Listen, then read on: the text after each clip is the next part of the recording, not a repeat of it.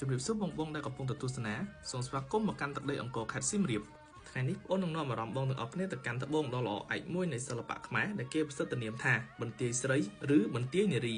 ប្រាសាទបន្ទាយស្រីស្ថិតនៅចម្ងាយប្រមាណ39គីឡូម៉ែត្រនៅភាគខាងជើងទីរួមខេត្តសៀមរាបតាមផ្លូវឆ្ពោះទៅកាន់ភ្នំគូលែនថ្មីត្បិតតែមានទំហំតូចជាងប្រាសាទដទៃតែប្រាសាទនេះល្បីល្បាញដោយសារភាពល្អវិចិត្រនៃក្បាច់ចម្លាក់កសាងឡើងនៅក្នុងឆ្នាំ967នៃគ្រិស្តសករាជក្នុងរាជ្យព្រះបាទរាជាវរ្ម័នទី2និងព្រះបាទជ័យវរ្ម័នទី5ដោយព្រាហ្មណ៍ម្នាក់ឈ្មោះយជ្ជវរហៈ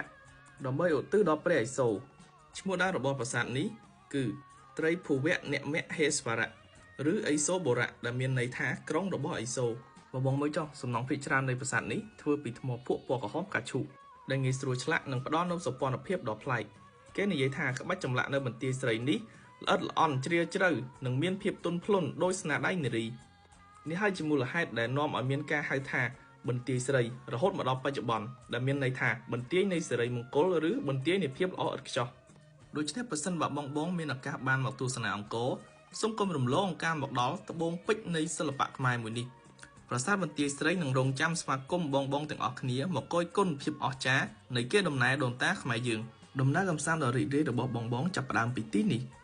Happy Resort សៀមរាបផ្ដល់ជូននូវសេវាកម្មទេសចរយ៉ាងពេញលេញដែលមានជម្រើសជាច្រើនដើម្បីធ្វើដំណើរកម្សាន្តទៅកាន់អង្គរនៅកន្លែងផ្សេងកាន់តែងាយស្រួលមធ្យោបាយធ្វើដំណើរខាងប្អូនមានតុកតុកកង់3ខ្មែរនិងរថយន្តឯកជន Private Car ជាមួយនឹងអ្នកបើកបរដែលមានបទពិសោធន៍